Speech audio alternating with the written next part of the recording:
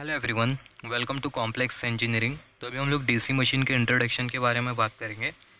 तो यहाँ पर अगर हम लोग देखें, नाम से पता चल रहा है डीसी मशीन मशीन जो कि डीसी पावर पर काम कर रही हो, ऐसी जो मशीन होती है उसको हम लोग बोलते हैं डीसी मशीन। तो जो डीसी मशीन है उसमें आपको बेसिकली दो टाइप की मशीन मिलेंगी। पहली जो मशीन होगी वो होगी डीसी जनरेटर, और दूसरी जो मशीन है वो है डीसी मोटर। राइट। तो पहली जो मशीन है वो है डीसी जनरेटर और दूसरी जो मशीन है वो है डीसी मोटर। तो यहाँ पर ये डीसी जनरेटर क्या करती है, जो डीसी जनरेटर है बेसिकली इलेक्ट्रिकल मैकेनिकल एनर्जी को इलेक्ट्रिकल एनर्जी में कन्वर्ट करती है। और यहाँ पर ये जो डीसी मोटर है वो इलेक्ट्रिकल एनर्जी को मैकेनिकल एनर्जी में कन्वर्ट करती है। यहाँ पर आपको पता होना चाहिए, जो मशीन होती है वो बेसिकली एनर्जी कन्वर्शन करती है। जो मशीन होती है वो एनर्जी जनरेट नहीं करती है। जो जनरेटर होता है वो इलेक्ट्रिकल एनर्जी को जनरेट नहीं करता है। जो जनरेटर होता है वो एनर्जी को कन्वर्ट करता है, मैकेनिकल एनर्जी को इलेक्ट्रिकल एनर्जी में कन्वर्ट करता है।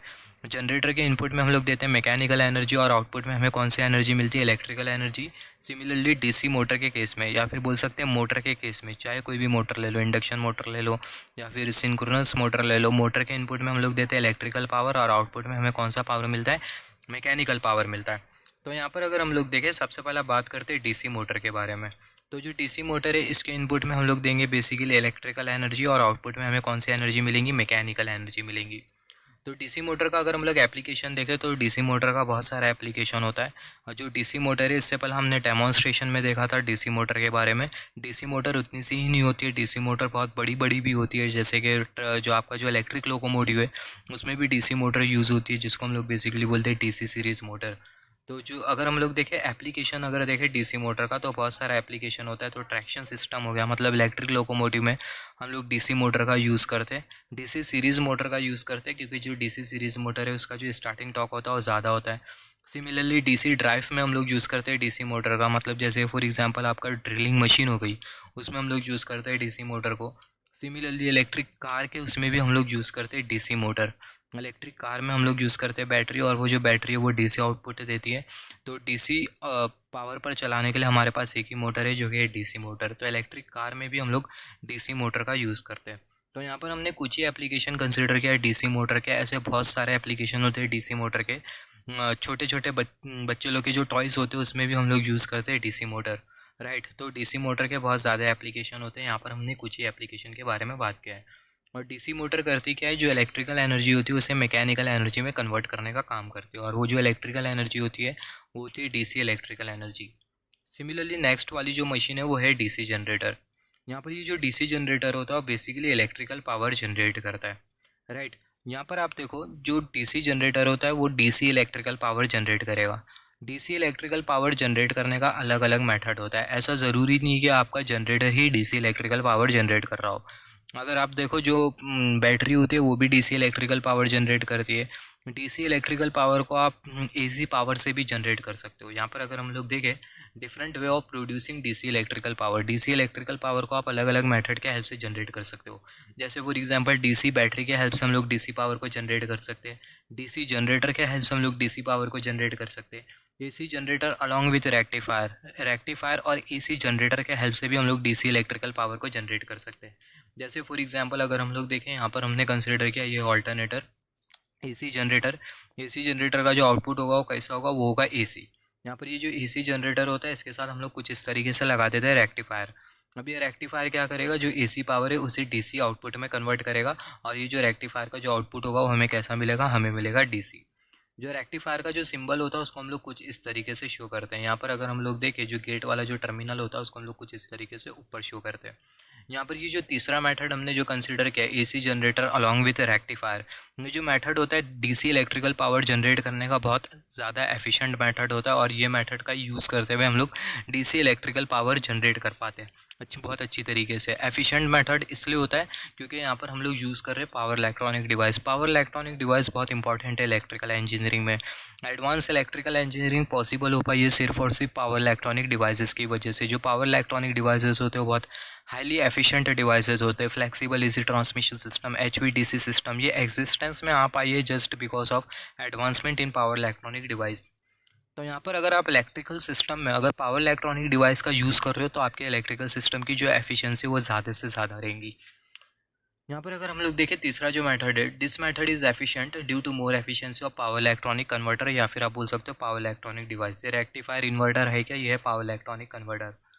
यही रीज़न के वजह से, एडवांस पावर इलेक्ट्रॉनिक डिवाइस के वजह से यहाँ पर ये जो डीसी जनरेटर का जो एप्लीकेशन हमें जो मिलता है डीसी इलेक्ट्रिकल पावर जनरेट करने के लिए, वो बहुत कम से कम मिलता है। मतलब जो डीसी जनरेटर का जो एप्लीकेशन होता है वो कम होता है due to this third method of generation of DC electrical power. यहाँ पर अभी अगर हम लोग देखें, जो हमारी जो डीसी मशीन है, चाहे डीसी मोटर कंसिडर कर लो या फिर डीसी जनरेटर कंसिडर कर लो, यहाँ पर ये जो डीसी मशीन है वो हमारी कौन सी मशीन है? ये बेसिकली जनरेटर हो गया, मोटर हो गया, ये कौन सी मशीन होती है? बेसिकली होती है हमारी रोटेटिंग मशीन, या फिर आप बोल सकते हो डायनेमिक मशीन। मगर आपका जो ट्रांसफार्मर है ये कौन सी मशीन है? ये स्टैटिक मशीन है। तो यहाँ पर अगर हम लोग देखें, कोई भी जो रोटेटिंग मशीन है उसमें आपको 4 पार्ट मिलना ही मिलना है बेसिक, या फिर आप बोल सकते हो कोई भी रोटेटिंग मशीन का जो फंडामेंटल पार्ट होता है वो होता है स्टेटर, दूसरा होता है रोटर, फील्ड वाइंडिंग, और यहाँ पर ये आर्मेचर वाइंडिंग। यहाँ पर ये स्टेटर और ये फील्ड वाइंडिंग दोनों को आप सेम कंसिडर कर सकते हो, और जो रोटर और जो आर्मेचर वाइंडिंग है ये दोनों को आप सेम कंसिडर कर सकते हो। तो यहाँ पर आप देखो, ये जो स्टेटर रोटर है आपको एसी मशीन में पढ़ने मिलेगा, फील्ड वाइंडिंग आर्मेचर वाइंडिंग ये आपको बेसिकली डीसी मशीन में पढ़ने मिलेगा, जो कि आगे हम लोग पढ़ने वाले हैं। तो नाम से पता चल रहा है स्टेटर। ये जो स्टेटर वाला जो पार्ट होता है वो कैसा होता है? स्टैटिक होता है। स्टेटर रिमेन स्टैटिक, स्टैटिक से ये टर्म आता है स्टेटर। दूसरा जो पार्ट होता है वो होता है रोटर। जो रोटर वाला जो पार्ट होता है वो रोटेटिंग पार्ट होता है। जैसे फॉर एग्जांपल हमने डेमोन्स्ट्रेशन में देखा था, जो आर्मेचर होता है वो रोटर है क्योंकि वो रोटेट करता है। तो मशीन में जो रोटेटिंग वाला जो पार्ट होता है आप उसको रोटर बोलोगे, और जो स्टैटिक वाला जो पार्ट होता है उसको आप स्टेटर बोलोगे। तो जो रोटर होता है वो रोटेट करता है। तीसरा फील्ड वाइंडिंग। फील्ड वाइंडिंग क्या करती है? मैग्नेटिक फ्लक्स प्रोड्यूस करती है। चौथा अगर हम लोग देखें यहाँ पर ये आर्मेचर वाइंडिंग। आर्मेचर वाइंडिंग क्या करती है? करंट को कैरी करती है सोर्स से, carries current from source and can deliver current to load. जो आर्मेचर वाइंडिंग है करंट को कैरी करती है सोर्स से और लोड पर डिलीवर करती है, लोड तक के डिलीवर करती है।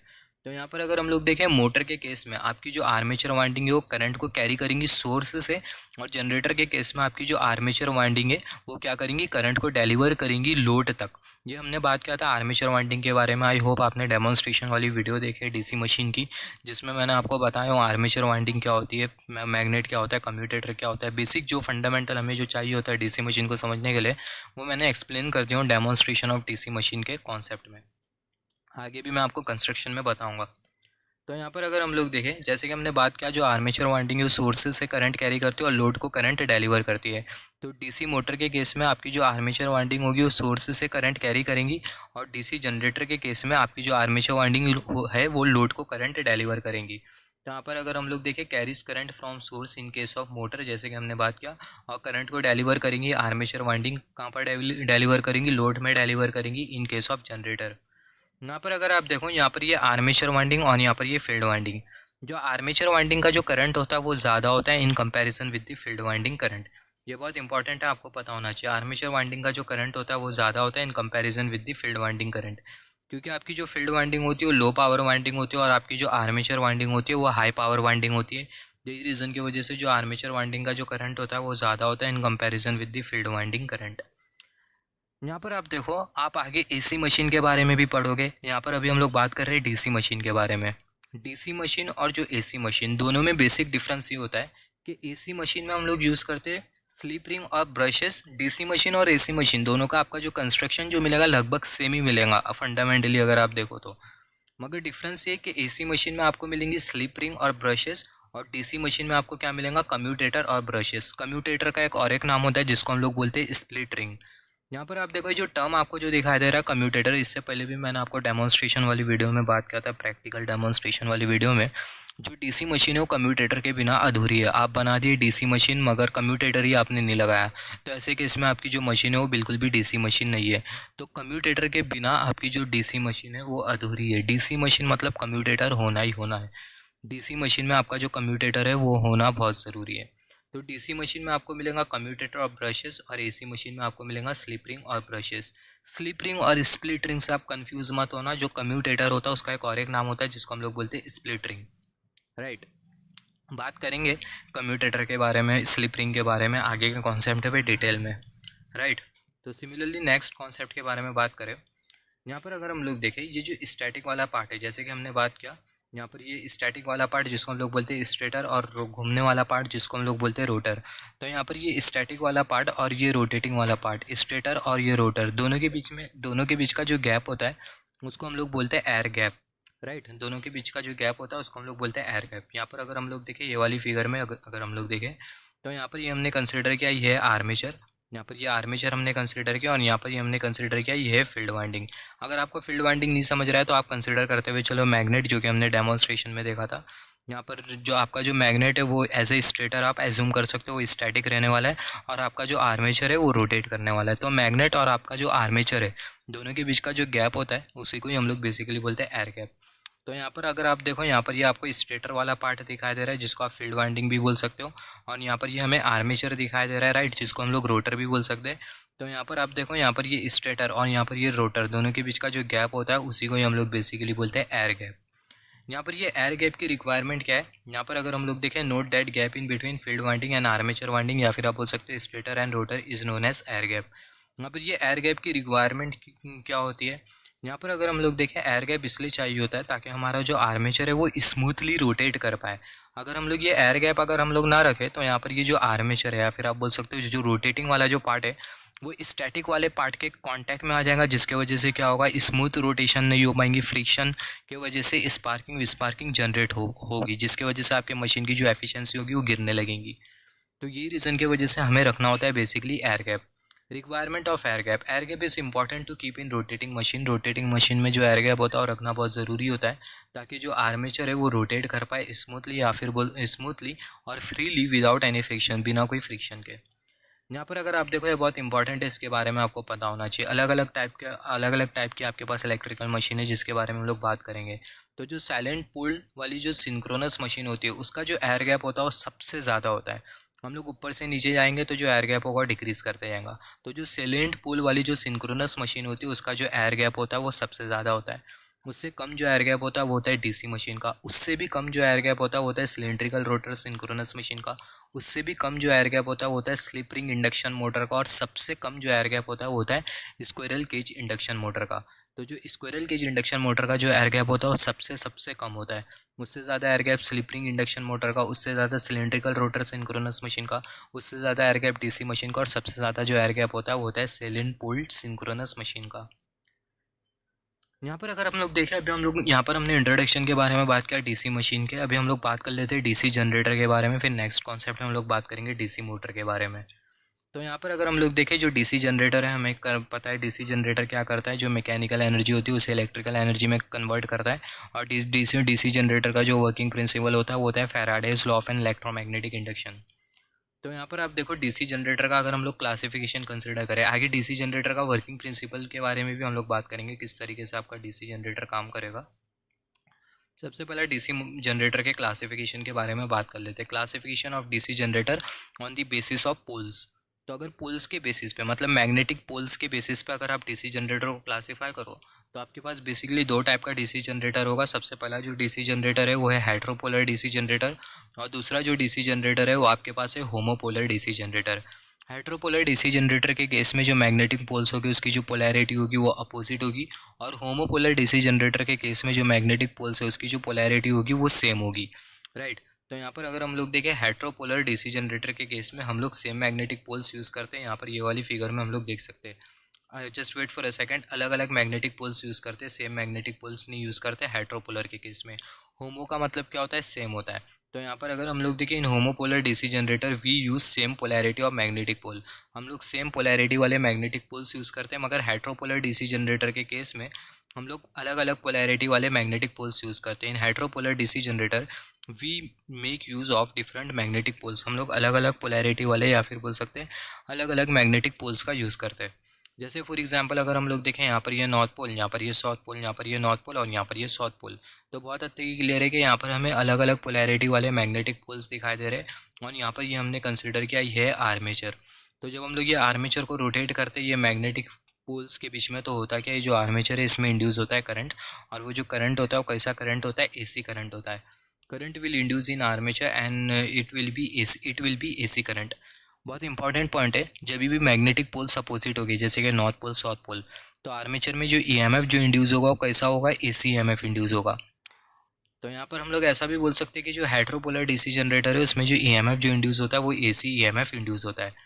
और यहाँ पर हमने कितने मैग्नेट का यूज़ किया, 2 मैग्नेट का, north pole south pole, north pole south pole. तो यहाँ पर अगर हम लोग देखें in this generator 2 magnets are use. तो यहाँ पर हमने बात किया हेट्रोपोलर जनरेटर के बारे में और हमने ये भी डिस्कस किया हेट्रोपोलर जनरेटर में अपोजिट मैग्नेटिक पोल्स होते हैं। अपोजिट मैग्नेटिक पोल्स होने की वजह से होता क्या है, जो आर्मेचर है उसमें जो ईएमएफ जो इंड्यूस होता है वो एसी ईएमएफ इंड्यूस होता है। अब ये अपोजिट मैग्नेटिक पोल्स की वजह से एसी ईएमएफ क्यों इंड्यूस होता है इसके बारे में भी हम लोग बात करेंगे। सिमिलरली नेक्स्ट जो जनरेटर है वो है homopolar DC generator. Homopolar DC generator में मैग्नेटिक पोल्स की जो पोलैरिटी होगी वो सेम होगी। तो यहाँ पर अगर हम लोग देखें in homopolar DC generator we use same polarity of magnetic poles. तो यहाँ पर अगर हम लोग देखें north pole north pole north pole north pole, magnetic poles की जो पोलैरिटी हमें जो दिखाई दे रही है वो कैसी है, वो है सेम। और यहाँ पर ये हमने कंसिडर किया ये है आर्मेचर। तो यहाँ पर जब हम लोग ये आर्मेचर को मैग्नेटिक फील्ड में रोटेट करेंगे तो ऐसा कि इसमें होगा क्या, आर्मेचर में जो ईएमएफ जो इंड्यूस होगा वो डीसी ईएमएफ इंड्यूस होगा, क्योंकि जो मैग्नेटिक पोल्स है वो अपोजिट है। So in this generator only one magnet is use, और एक ही मैग्नेट का हमने यूज़ किया north pole north pole north pole north pole, right. EMF will induce in armature, armature में ईएमएफ इंड्यूस होगा और जो करंट फ्लो होगा आर्मेचर में वो कैसा करंट फ्लो होगा, डीसी करंट फ्लो होगा, कुछ इस तरीके से डीसी ईएमएफ जनरेट होगा।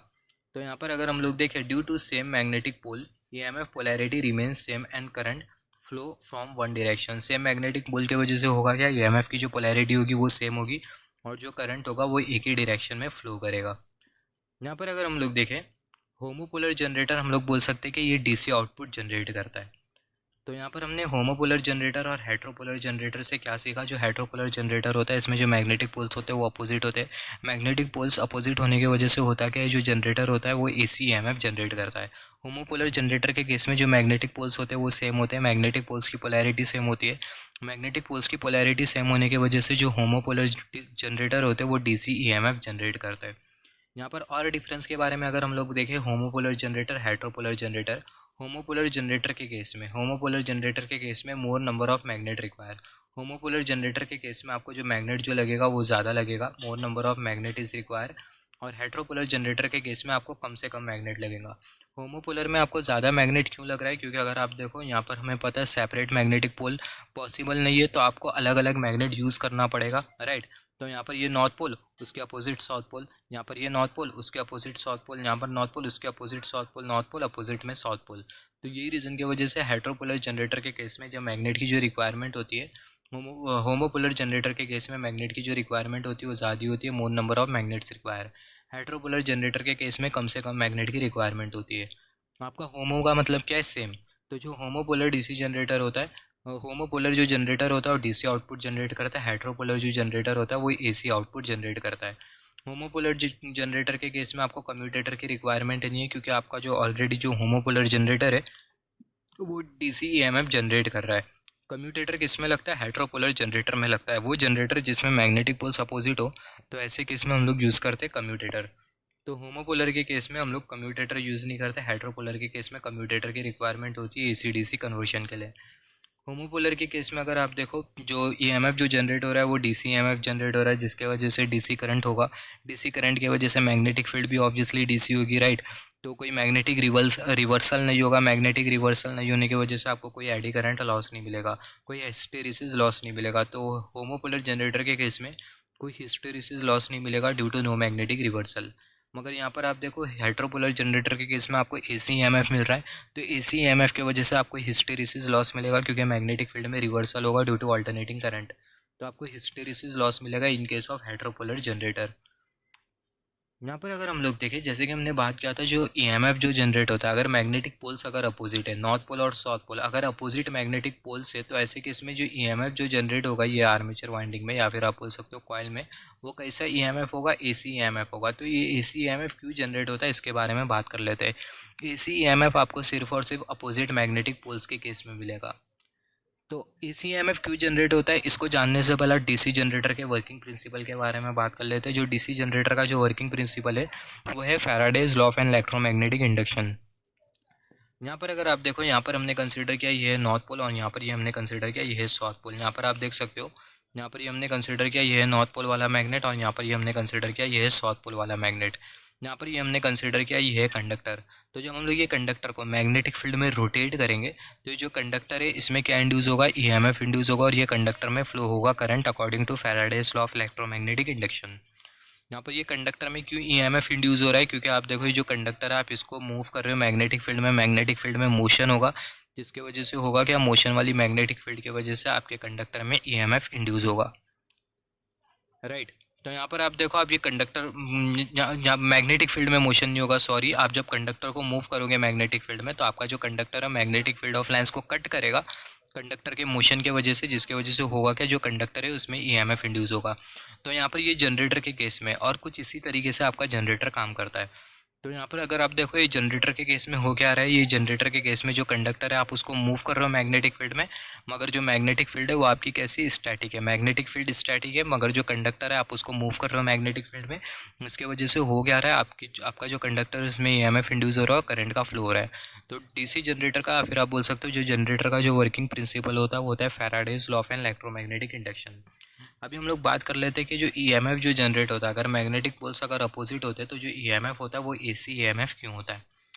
तो यहाँ पर अगर हम लोग देखें कॉन्सेप्ट को समझने के लिए, यहाँ पर हमने कंसिडर किया ये है नॉर्थ पोल और यहाँ पर ये साउथ पोल, और यहाँ पर ये हमने कंसिडर किया कंडक्टर, राइट, कंडक्टर जिसमें करंट फ्लो होता है।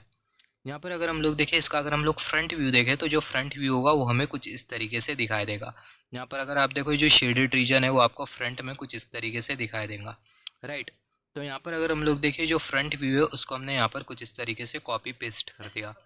यहाँ पर अगर हम लोग देखें यहाँ पर ये हमें शेडेड रीजन दिखाई दे रहा है और यहाँ पर ये वाइट वाला रीजन दिखाई दे रहा है जो कि शेडेड नहीं है, राइट। यहाँ पर ये जो वाइट वाला जो रीजन है उसको हमने शेड नहीं किया है, उसको हमने कलर नहीं किया है कॉन्सेप्ट को समझने के लिए।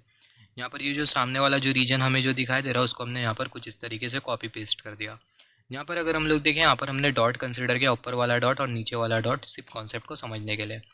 तो यहाँ पर अगर आप देखो यहाँ पर ये वाला जो रीजन है, यहाँ पर ये वाइट वाला रीजन, अब ये किसके तरफ है, नॉर्थ पोल के तरफ है। जब ये वाइट वाला रीजन नॉर्थ पोल से साउथ पोल की तरफ जाएगा तो फिगर आपको कुछ इस तरीके से मिलेंगी। तो जब ये वाइट वाला रीजन नॉर्थ पोल से साउथ पोल की तरफ जाएगा तो ऐसे केस में आपको पॉजिटिव हाफ मिलेगा। सिमिलरली जब ये वाइट वाला रीजन साउथ पोल से नॉर्थ पोल की तरफ जाएगा तो फिगर आपको कुछ इस तरीके से मिलेगी, और तभी आपको जो ईएमएफ जो मिलेगा वो आपको नेगेटिव ईएमएफ मिलेगा। फिर अगेन ये जो वाइट वाला जो रीजन होगा वो अगेन नॉर्थ पोल से साउथ पोल की तरफ जाएगा तो फिगर आपको कुछ इस तरीके से मिलेगी, अगेन आपको पॉजिटिव ईएमएफ मिलेगा। और अगेन जो वाइट वाला जो रीजन है वो साउथ पोल से नॉर्थ पोल की तरफ जाएगा तो फिगर आपको कुछ इस तरीके से मिलेंगी और आपको कुछ इस तरीके से नेगेटिव ईएमएफ मिलेगा, और कुछ इस तरीके से अपोजिट पोलैरिटी वाले ईएमएफ जनरेट होते, एसी ईएमएफ जनरेट होते in case of opposite magnetic poles. अभी आप इसको अगर और थोड़ा डिटेल में देखो तो यहाँ पर ये जो वाइट वाला जो रीजन है वो नॉर्थ पोल की तरफ है। तो जब ये वाइट वाला रीजन नॉर्थ पोल से साउथ पोल की तरफ आएगा तो एक पर्टिकुलर पॉइंट, एक पर्टिकुलर टाइम पर ये जो वाइट वाला जो रीजन होगा ये पॉइंट की तरफ होगा, जो कि हमें ये वाली फिगर शो करेगी, राइट। तो यहाँ पर अगर हम लोग देखें ये जो वाइट वाला जो रीजन है वो मैग्नेटिक फील्ड ऑफ लाइंस के साथ कैसा है, परपेंडिकुलर है। तो ऐसे केस में जो ईएमएफ जो इंड्यूस होगा उसकी जो वैल्यू होगी वो मैक्सिमम होगी। मतलब यहाँ पर जब ये वाइट वाला रीजन नॉर्थ पोल से उठ के ये डॉट के तरफ आएगा तो उस केस में आपको इतना ईएमएफ मिलेगा, कर्सर की टिप, राइट। फिर उसके बाद वो जो फिगर है उसको हमने यहाँ पर कंसिडर किया, मतलब ये जो वाइट वाला जो रीजन है वो नॉर्थ पोल से उठ के ये पर्टिकुलर पॉइंट पर आया तो फिगर हमें कुछ इस तरीके से मिलेगी, और जो ईएमएफ जो जनरेट होगा कुछ इतना ईएमएफ जनरेट होगा। फिर उसके बाद ये जो वाइट वाला जो रीजन होगा ये पॉइंट से उठ के साउथ पोल की तरफ आएगा तो फिगर हमें कुछ इस तरीके से मिलेगी, और तभी जो ईएमएफ जो इंड्यूस होगा कुछ इतना ईएमएफ इंड्यूस होगा, इतना ईएमएफ इंड्यूस होगा, मैक्सिमम से कुछ इतना ईएमएफ इंड्यूस होगा। फिर उसके बाद अगर हम लोग देखें जो वाइट वाला जो रीजन होगा घूमते हुए ये नीचे वाले पॉइंट की तरफ आएगा तो उस केस में जो ईएमएफ जो इंड्यूस होगा कुछ इतना ही ईएमएफ इंड्यूस होगा। फिर उसके बाद अगर हम लोग देखें जो वाइट वाला जो रीजन है पॉइंट से नॉर्थ पोल की तरफ चले जाएगा तो फिगर हमें कुछ इस तरीके से मिलेगी, और जो ईएमएफ जो इंड्यूस होगा कुछ इतना ही ईएमएफ इंड्यूस होगा। यहाँ पर अगर हम लोग देखें जब ये वाइट वाला region magnetic field of lines के साथ पैरेलल होता है तो ऐसे केस में जो ईएमएफ जो इंड्यूस होता है वो जीरो होता है, ईएमएफ जो इंड्यूस होता है वो जीरो होता है, ईएमएफ इंड्यूस जीरो होता है।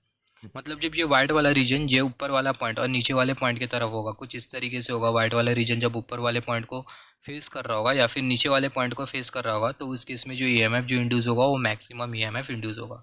तो कुछ इस तरीके से एसी ईएमएफ इंड्यूस होता है जब मैग्नेटिक पोल्स अपोजिट हो। तो यहाँ पर जब ये मैग्नेटिक पोल, जब ये वाइट वाला रीजन नॉर्थ पोल से साउथ पोल की तरफ जाएगा तो पॉजिटिव हाफ, और जब वाइट वाला रीजन साउथ पोल से नॉर्थ पोल की तरफ जाएगा तो ऐसे केस में आपको मिलेगा negative half, right. North pole से साउथ पोल गया तो पॉजिटिव हाफ, साउथ पोल से नॉर्थ पोल गया तो आपको मिलेगा negative half and so on, और ये जो साइकिल होगी वो चलते जाएंगी। ये पर्टिकुलर पॉइंट पर जो ईएमएफ होगा वो जीरो होगा। EMF will remain zero when conductor remain parallel with field line. यहाँ पर ये हमने जो बनाया ये है क्या, ये है कंडक्टर। जब conductor magnetic field of lines के साथ पैरेलल होगा तो ऐसे केस में जो ईएमएफ जो इंड्यूस होगा कंडक्टर में वो कैसा होगा, वो जीरो होगा। यहाँ पर अगर हम लोग देखें stationary conductor is rotating, just wait for a second. यहाँ पर अगर हम लोग देखें note that EMF is induce inside conductor according to Faraday's law of electromagnetic induction. जैसे कि हमने बात किया यहाँ पर ये जो कंडक्टर है इसमें ईएमएफ इंड्यूस हो रहा है according to Faraday's law of electromagnetic induction. यहाँ पर अभी अगर हम लोग देखें if generator consist of opposite magnetic poles, जैसे कि हमने बात किया अगर जनरेटर अगर अपोजिट मैग्नेटिक पोल्स से मिलकर बना है जैसे कि नॉर्थ पोल साउथ पोल से, तो ऐसे केस में जो करंट जो इंड्यूस होगा वो एसी करंट होगा। Then AC current induce in armature, armature में एसी करंट इंड्यूस होगा, या फिर आप बोल सकते हो कंडक्टर में एसी करंट इंड्यूस होगा। और वो जो एसी करंट है उसे डीसी में कन्वर्ट करने के लिए हम लोग क्या यूज़ करेंगे, हम लोग यूज़ करेंगे कम्यूटेटर। यहाँ पर अगर हम लोग देखें in commutator we use mica as insulation. Commutator में जो माइका होती है उसको हम लोग एज ए इंसुलेशन यूज़ करते हैं। कम्यूटेटर सेगमेंट होती है और जो कम्यूटेटर सेगमेंट होती है वो सेपरेटेड होती है माइका इंसुलेशन से। और वो जो माइका इंसुलेशन की जो थिकनेस होती है वो 6 mm से 8 mm के बीच में होती है। तो यहाँ पर अभी अगर हम लोग देखें ये आपको पता होना चाहिए। यहाँ पर आप बता सकते हो यहाँ पर हमने जो जनरेटर जो बनाया है कौन सा जनरेटर है। यहाँ पर ये जो जनरेटर हमने जो बनाया ये एसी जनरेटर है। कैसा हमें पता चला, सबसे पहले अगर हम लोग देखें यहाँ पर ये अपोजिट मैग्नेटिक पोल्स हमें दिखाई दे रहे हैं। और दूसरा अगर हम लोग देखें यहाँ पर हमने यूज़ किया है स्लिप रिंग। तो यहाँ पर हमें दो क्ल्यू दिखाई दे रहे हैं जिसके हेल्प से हम लोग बोल सकते हैं कि जो जनरेटर है ये एसी जनरेटर है, अपोजिट मैग्नेटिक पोल है, और यहाँ पर ये हमने यूज़ किया है स्लिप रिंग। यहाँ पर अगर आप देखो कर्सर की टिप यहाँ पर ये हमने यूज़ किया है स्लिप रिंग। ये जो सर्कल जैसा आपको जो दिखाई दे रहा है ये है स्लिप रिंग। तो अपोजिट मैग्नेटिक पोल और यहाँ पर ये स्लिप रिंग। तो यहाँ पर ये जो जनरेटर है वो कौन सा जनरेटर है, वो एसी जनरेटर है। जैसे कि हमने बात किया था, इससे पहले हमने बात किया था एसी जनरेटर या फिर एसी मशीन के केस में आपको मिलेगा स्लिप रिंग और ब्रशेस। डीसी मशीन में आपको कम्यूटेटर और ब्रशेस मिलेगा। यहाँ पर अगर आप देखो यहाँ पर ये आपको जो स्लिप रिंग आपको जो दिखाई दे रही है, ये स्लिप रिंग को अगर आप हटा के कम्यूटेटर लगा दो ना तो आपका जो जनरेटर है वो कौन सा जनरेटर बन जाएगा, डीसी जनरेटर बन जाएगा। यहाँ पर ये हमने कंसिडर किया ये है कार्बन ब्रशेस। शेडेड वाला जो रीजन है वो हमें इंडिकेट कर रहा है कार्बन ब्रशेस ब्रश। और यहाँ पर ये रेसिस्टेंस के थ्रू हम लोग एसी करंट को ऑब्टेन करेंगे। तो यहाँ पर अगर हम लोग देखें from this resistance AC current will flow due to opposite polarity of magnetic poles. ये रेसिस्टेंस के हेल्प से एसी करंट फ्लो होगा due to opposite polarity of magnetic poles. जैसे कि हमने बात किया if you use commutator instead of slip ring, अगर ये स्लिप रिंग के बदले अगर हम लोग कम्यूटेटर यूज़ कर ले तो ऐसे केस में जो जनरेटर होगा वो होगा डीसी। यहाँ पर अगर हम लोग देखें मैं आपको फिर से बता दे रहा हूँ जो स्लिप रिंग होता है, जो स्लिप रिंग यहाँ पर ये जो हमने जो स्लिप रिंग जो कंसीडर किया एसी जनरेटर के केस में, जो स्लिप रिंग है वो ये कंडक्टर के साथ रोटेट करती है। Slip ring rotates with conductor. और यहाँ पर ये जो ब्रश हमने जो कंसीडर किया है, जो ब्रश होता है वो स्टेशनरी होता है, जो ब्रश होता है वो स्टैटिक होता है। यहाँ पर अगर हम लोग देखें यहाँ से आपको ऐसा क्वेश्चन आ सकता है, आपने डीसी मोटर बनाया, डीसी मोटर में आपने कम्यूटेटर नहीं लगाया, आपने स्लिप रिंग लगाया, तो ऐसे केस में आपकी डीसी मोटर चलेंगी क्या? ऐसे केस में आपकी डीसी मोटर नहीं चलेंगी। ऐसे केस में आपकी जो डीसी मोटर होगी वो वाइब्रेट करेंगी। यहाँ पर अगर हम लोग देखें if you use slip ring in DC motor then motor will vibrate and can not complete its rotation. यहाँ पर आपको पता होना चाहिए जो स्लिप रिंग है वो एसी के साथ एसोसिएटेड है, और जो कम्यूटेटर होता है जिसको हम लोग स्प्लिट रिंग भी बोलते हैं वो किसके साथ एसोसिएटेड होता है, डीसी के साथ एसोसिएटेड होता है, डीसी मशीन के साथ एसोसिएटेड होता है। तो आज के लिए हम लोग इतना ही रखते हैं। नेक्स्ट वीडियो में हम लोग बात करेंगे डीसी मोटर के बारे में।